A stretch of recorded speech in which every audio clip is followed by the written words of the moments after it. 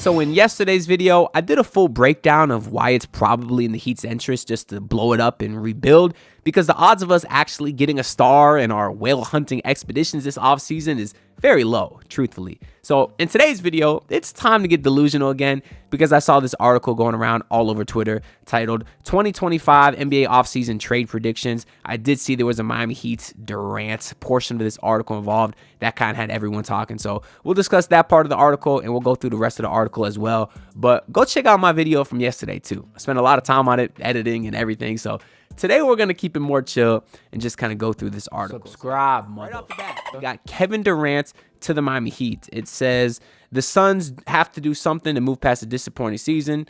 Very true. I mean, listen, I know the Heat season was disappointing, but at least we're not way over the second apron like that team is. If you're going to be over the second apron, meaning you have all these restrictions on how you can build your team going forward, you better be competitive. I mean, you better be a contender, truthfully. But at the very least, you better be a good team. The Suns were obviously not that, missing the play-in tournament entirely. So very clearly they have to shake it up. I think that move is going to be Kevin Durant just because he's obviously older and he's going to command a lot of money the following offseason because he's expiring deal. So I do think he's probably the most likely star to get traded this offseason. I'll put it at 90%. Maybe not 90% to the Heat, but we'll see what the rest of this article has to say. It says that Shams reported the Timberwolves, the Heat, and the Knicks, Rockets, and Spurs all had interest in Durant at the trade deadline. I was actually just watching the Warriors versus Timberwolves game right now. Game 2, Anthony Edwards just went down with an ankle injury, so hopefully everything's okay with him because they're already missing Curry, but it's a tough break for both of those teams right there. But this says the Rockets and Spurs have the assets to go after Durant, but should both prioritize their young stars because Durant will turn 37 in September. I agree. I do think it would be kind of dumb for both of those teams to mortgage their future to go after Durant because I don't think that they're a Durant away. But if they can get one of the younger guys like a Zion Williamson or Trae Young or whoever, I don't know. I'm just naming younger stars. Obviously, Giannis. I do think that is their better bet. It does mention that the Knicks are low on draft picks after the Mikal Bridges trade. And that leaves the Timberwolves and Heat as the most likely destinations. With Minnesota still alive in the playoffs and Miami swept in the first round, the Heat should already be placing calls to the Suns' new GM. So a couple of interesting points here is, one, I do think the results of these playoffs will affect how aggressive a lot of these teams are because, for example, the Houston Rockets, had they had more success in the first round, maybe they would have said, hey, we're good with our core. We clearly have something here that can compete, but because they lost in round 1 as a 2 seed, I think they do look to be maybe a bit more aggressive this offseason. And same goes for the Timberwolves. Obviously, they won round 1. They're in round 2 now versus the lower-seeded Warriors. And if the Timberwolves were to lose again, which they shouldn't, I know they're down 1-0, but Curry's going to miss at least a week. And I guess, again, we'll see what happens with Anthony Edwards. That could change things as well. But I just believe that the further you go in the playoffs, the less desperate that these teams feel they need to be, which is why to not credit Pat Riley and the rest of the Heat front office, because they went on a couple of finals runs, they were tricked into thinking that they had a competitive roster when really they didn't. They had a bunch of role players playing out of their mind, and then they were carried by Jimmy Butler, and because of that, they thought their roster was much better than it actually was and didn't get Jimmy Butler any help for 5 seasons. So that being said, I guess if it is between all these teams, I could see it being the Miami Heat because, I mean, basically what the article said, the Heat are going to be desperate. Now, it doesn't show a trade package in here. I saw a tweet going around all over Twitter today, just completely hypothetical. I think Locked On Heat might have put it out. But it was basically the salary of Andrew Wiggins, and then I guess one of the expirings, Terry or Duncan, should make it work, and then 3 first-round picks. So basically Wiggins and 3 firsts, and they were asking Heat fans, would you do that trade? And I want Kevin Durant, and I think, you know, if the Heat can't get a star, they should blow it up completely, so definitely don't run it back. That being said, I'm not desperate to get a star because obviously I'm cool with the alternative, which is blowing it up. But it's like, I'm cool with that. But we all know that the Heat are not going to blow it up. I don't know. Someone sent Pat Riley my video from yesterday to maybe convince him. But that's the thing. It's like, if they don't get a star, you know they're going to run it back. Oh, and that's just so stupid. So then it's like, okay, well, then I probably would have traded 3 first-round picks for Kevin Durant, when in reality, I don't want to. Listen, I'm not saying Kevin Durant is not worth 3 first-round picks in Andrew Wiggins because he's still a hell of a player. I mean, he averaged 26 points last year, 6 rebounds, 4 assists. He's literally the epitome of efficiency and fourth-quarter scoring, which is the Heat's biggest struggle last year, is they didn't have a go-to guy to go down the stretch. So from a fit standpoint on the court, it's perfect. But for a guy who's 37 years old on an expiring contract, I'm not giving up 3 first-round picks. He literally holds all the leverage in this scenario. I don't care if he's under contract with the Suns next year. He will pick a list of teams he wants to go to, and the Suns have to oblige. Now, maybe there's a bidding war if Durant gives the Suns multiple teams, but in the past, he really didn't. He wanted to go to Brooklyn, and then he wanted to go to Phoenix. I mean, Miami was on the list for like a week, but he clearly realized that that was never going to happen. So he pretty much willed his way to his next destination. And if he does that again, that team should get him for cheap. I'm not saying it's going to be Miami. We know Durant's wanted to come here many times back in 2016 before he went to the Warriors, just before he went to the Suns. Like I said, he mentioned he might have some interest, but that was with Jimmy Butler. That's with when if you could have added him, I would have firmly believed that you had a championship contender. Right now, if you're adding him to this team, especially if you're losing Wiggins, you're definitely not a contender. Now, that's why I don't like the whole trade of Wiggins and 3 firsts, because I kind of would like the idea of keeping Andrew Wiggins, because what we've been saying all offseason is every guy was a slot too high. You know, Wiggins is the 2 option when he should be the 3 or the 4. And if you kind of get Kevin Durant, that shifts everybody back down. So now, you know, KD's your first offensive option. Tyler's your 2. We'll say Bam's your 3. You got Wiggins at your 4. Next thing you know, Wiggins is back in that role player spot where he thrived with the Golden State Warriors. He was an elite role player because I think he is.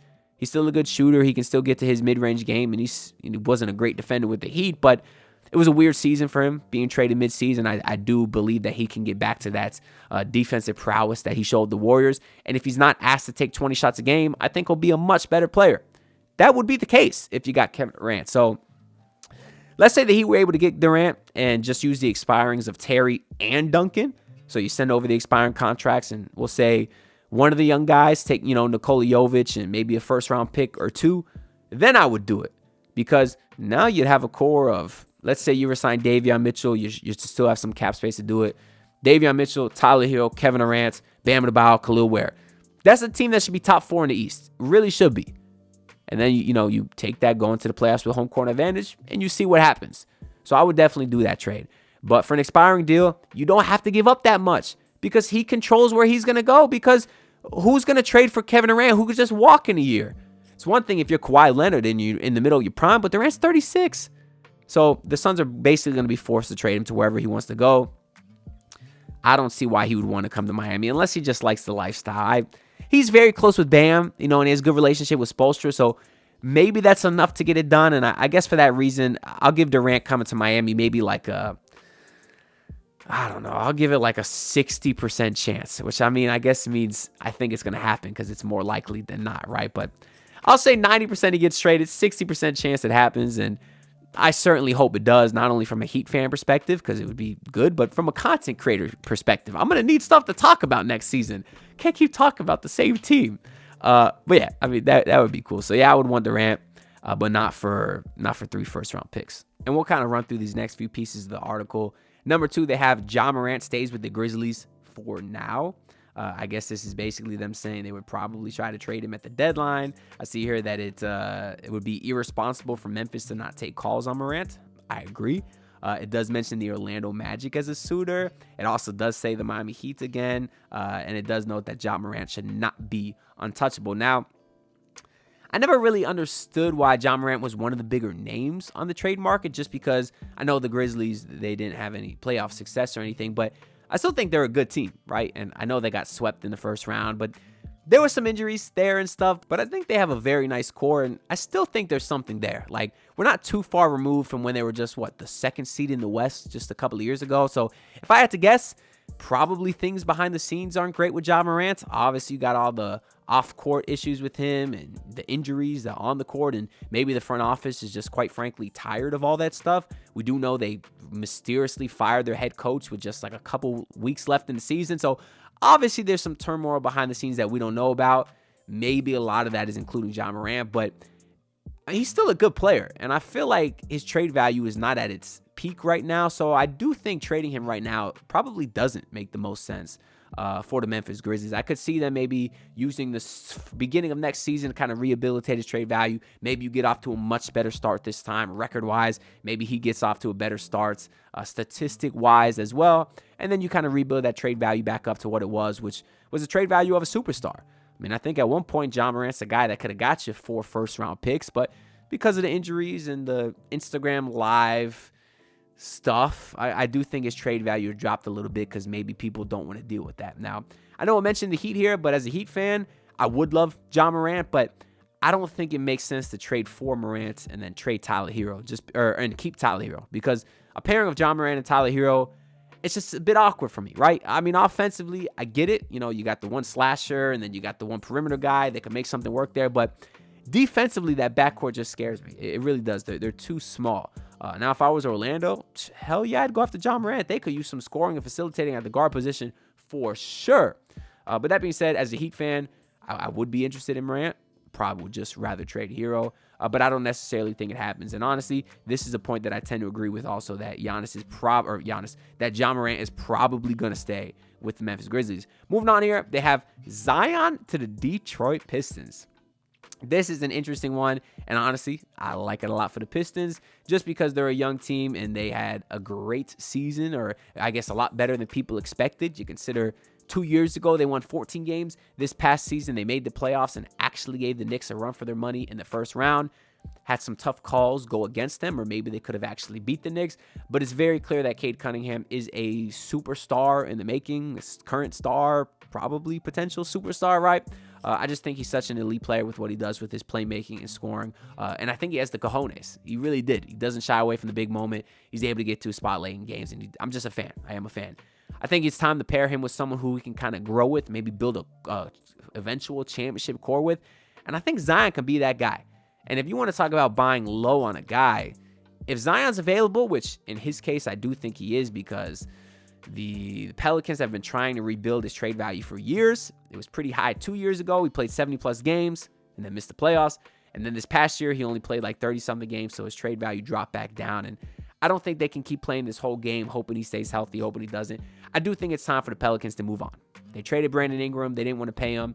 They'll probably move on from CJ McCollum because he's like way older than everyone else on the roster. And they have other pieces there they could trade for some assets as well, like Trey Murphy, Herb Jones. I think they have a lot of nice young pieces but a bad team, meaning if they just sold everyone, DeJounte Murray too, they could literally have an arsenal of probably like 10 first-round picks or something like that, and then really have a chance to go the OKC route, tank for a year or two, hopefully draft high, hit on your draft pick, because that's kind of what they did with Zion after the Anthony Davis trade. It's just, unfortunately, Zion didn't really work out there. Now, not because he's a good player. It's mostly because of the injury stuff. But I do think it would be worthwhile for Detroit to take the swing because, one, they're not a free agent market. They're not going to get guys coming to them in free agency. So their best bet is via trade. And I do think there's not a lot of stars out there that are young, that have superstar potential. And Zion is one of them. Because when he plays, he is quite literally an unstoppable force. And if I am Detroit, nice young team, I don't really want to go after the older superstar anyways because I don't want to break up the good stuff they have going on there. I mean, even outside of Cade, you got Ausar Thompson, obviously had a great season. You got Jalen Durant. They have a nice young core. I would like to continue to build that, and I think Zion will fit really well in that. The only issue there is we just mentioned Jalen Durant. The spacing in that front court would be very awkward because Durant won't shoot any threes, and Zion barely will either. But I'd like to believe that maybe they can make it work. I don't know. Zion could be like a secondary facilitator for them too. So I don't know. It's tough for them to kind of figure out the spacing. But I guess that's why they signed a bunch of shooters last season, like Malik Beasley and Tim Hardaway. So they'll probably try to retain them too. But either way, I do like the idea of this for the Pistons, and that would make them an even more exciting team, more than they already are. It looks like it also mentions the Miami Heat here again as Zion, which I would be cool with Zion. I would be. It's just I do think his trade value is low. I think maybe you could get him for some expirings in 1 or 2 picks, which is low considering to what he would have been worth after that season a couple years ago. He played 70 games. He's a good player, man. He can rebound his ass off. He can get inside the paint. The Miami Heat barely have anyone that can do that. I would do it as a Heat fan, but I do like it for the Pistons more, I'll be honest. If you're watching this video, then you are an elite ball knower, so why not take advantage of it with MyBookie? Listen, y'all, throughout the NBA playoffs, I'll be using their live betting feature to smash the Davion Mitchell overs and smash the Rudy Gobert unders, and then using their early cash out option to stack up the profits. If you want to do the same, make sure to sign up for MyBookie using promo code MM50, which will instantly boost your first deposit. And then once the games wrap up, you can check out their casino, which has blackjack and slots and roulette. You name it, bet on anything, anytime, anywhere, only with MyBookie. Now let's get back into the video. Next one here, we got Devin Booker stays with the Suns. I don't really want to spend that much more time on this just because why would the Suns trade him? Unless they want to go the full tank mode, I guess. But, I mean, I don't think Devin Booker is that old, right? I mean, you can trade Kevin Durant to get a couple of picks and then maybe use those picks and whatever other assets you have to try to get. Maybe you get yourself in the Giannis sweepstakes or whoever. I don't know, to pair Devin Booker with someone else. I think Devin Booker is too young and he means too much to that franchise and that city to give up on him. Now, another point that I actually didn't mention for the Kevin Durant thing is they do have a new general manager. Our buddy James Jones, Miami Hurricanes legend, Miami Heat legend, no longer the GM, which I thought might hurt the Miami Heat because I'm assuming James Jones has a relationship with Pat Riley still, which I guess they do. Or I guess not James Jones. I don't think he was there during the Goran Dragic trade. Probably not, right? But either way, I would assume James Jones is so cool with Miami, so he could have helped work a deal to get Kevin Durant over here.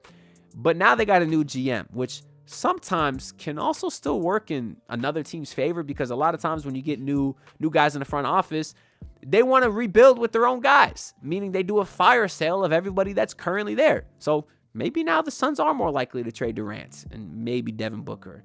I certainly don't think the Heat would be able to get on the Booker sweepstakes, though. I mean, I guess the Suns would want Tyler Hero. But again, why would the Suns want Tyler Hero if they're trading Devin Booker? Unless Devin Booker is that disgruntled and he demands a trade, then you say, okay, we can at least get someone in Tyler Hero who is 70% as good as him, 75% as good. I don't know. Then they would do it, but it doesn't sound like Devin Booker demanded a trade or nothing. And yeah, I think he stays in Phoenix as well. Last one we got here is Giannis Antetokounmpo to the Houston Rockets. And honestly, yeah, I could see it. Again, we talked about it earlier. The Rockets lost in the first round. I think they're going to be kind of desperate to capitalize on this young core that they have because a lot of teams don't have patience, but you shouldn't necessarily have patience. Too many teams, they wait around for a young core. Oh, maybe Amen Thompson will be a superstar one day. Maybe Jalen Green will be a superstar. Like, just forget about it. Go get the superstar.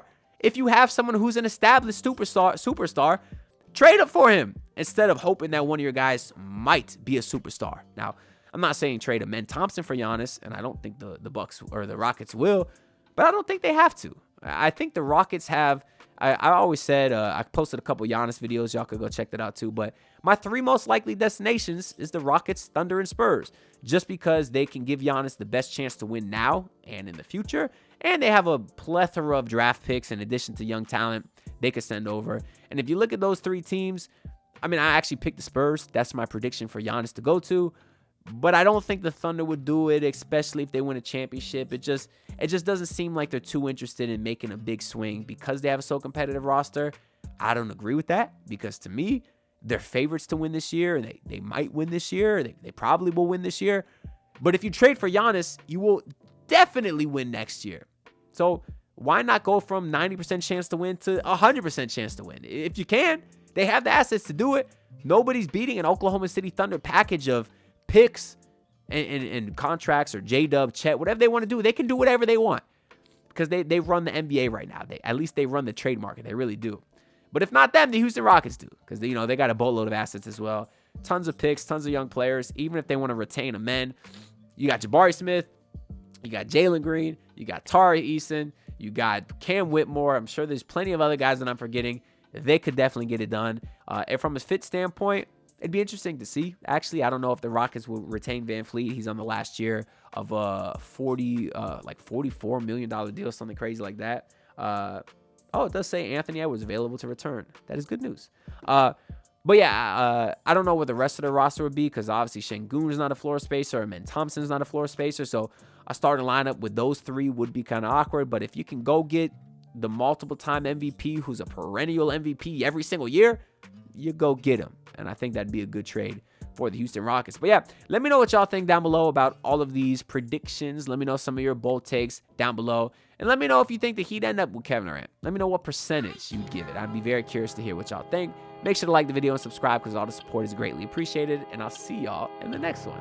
Oh, because Pat Riley talks tomorrow. 1 p.m. We will have a reaction video. So Stay tuned. Look, pull up in your city tryna get that dead face.